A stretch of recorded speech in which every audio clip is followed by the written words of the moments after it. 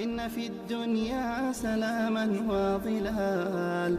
أخبر الأيام أنها في وصال. قم بنا وانظر لآيات الجمال. قم بنا وانظر لآيات الجمال. كن كما غيث على الأفياء ماطر، صوته يروي قلوبا وخواطر، نفعه عم البوادي والحواضر.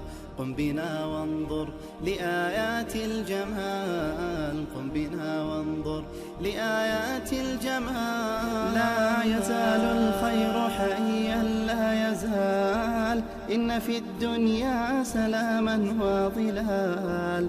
أخبر الأيام أنها في وصال. قم بنا وانظر لآيات الجمال. قم بنا وانظر لآيات الجمال. املأ الأرواح حبا أبيضا، وانسى آلاما قضت فيما مضى. هذه الأيام تحلو بالرضا. قم بنا وانظر لآيات الجمال. قم بنا وانظر لآيات الجمال.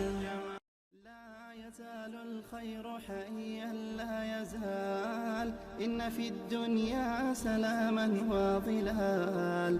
أخبر الأيام أنها في وصال. قم بنا وانظر لآيات الجمال. قم بنا وانظر لآيات الجمال. كن كما غيث على الأفياء ماطر، صوته يروي قلوبا وخواطر، نفعه عم البوادي والحواضر. قم بنا وانظر لآيات الجمال. بسم الله والصلاة والسلام على رسول الله. من أهداف منظمة بردة للإغاثة والتنمية القيام بمشاريع تنموية، ومن مشاريعها التنموية حفر آبار المياه للسقاية والري.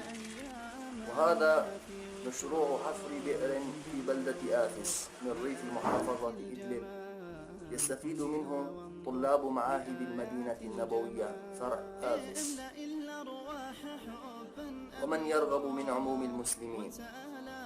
جزى الله خيرا منظمة بردة على جهودها الطيبة المباركة في خدمة ورعاية أهلنا في الشام. ونخص بالذكر والشكر مقدم هذا الدعم ابن الشيخ عبد الله المهوس رحمه الله تعالى.